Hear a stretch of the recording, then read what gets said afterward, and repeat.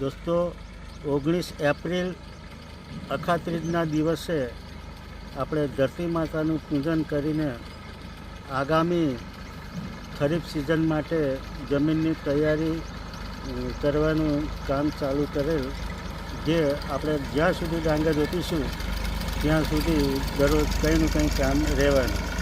આજે અમે અમારા ખેતરમાં ટ્રેક્ટરના પાવડાથી જમીન લેવલિંગ કરવાનું કામ કરી રહ્યા છીએ.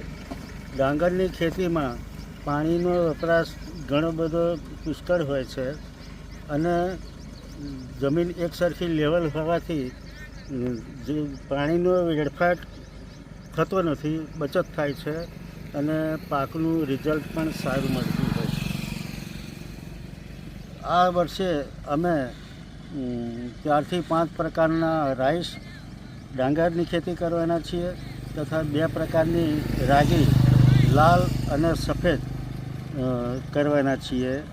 અને ખાસ જણાવું તો અમારા રેડ રાઈસ, બુદ્ધા રાઈસ, ઘઉંમાં બંસી ઘઉં, સોનામોતી ઘઉં, મિલેટમાં પર્લ મિલેટ, ફિંગર મિલેટ, રાજગરો, આ બધાના કારણે અમને સારી આવક પણ મળતી હોય છે અને જેનાથી અમારી ખ્યાતિ પણ ઘણી થયેલી છે.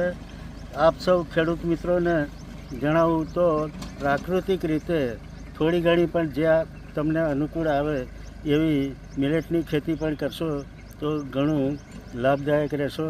અત્યારે પહેલાં કરતાં મિલેટના ભાવ સારા ઉભરતા હોય છે અને લોકોમાં પણ એની સારી ડિમાન્ડ ક્રિએટ થયેલી છે. તો પ્રાકૃતિક રીતે મિલેટની પણ ખેતી કરવા ભલામણ છે. જય ગૌ માતા.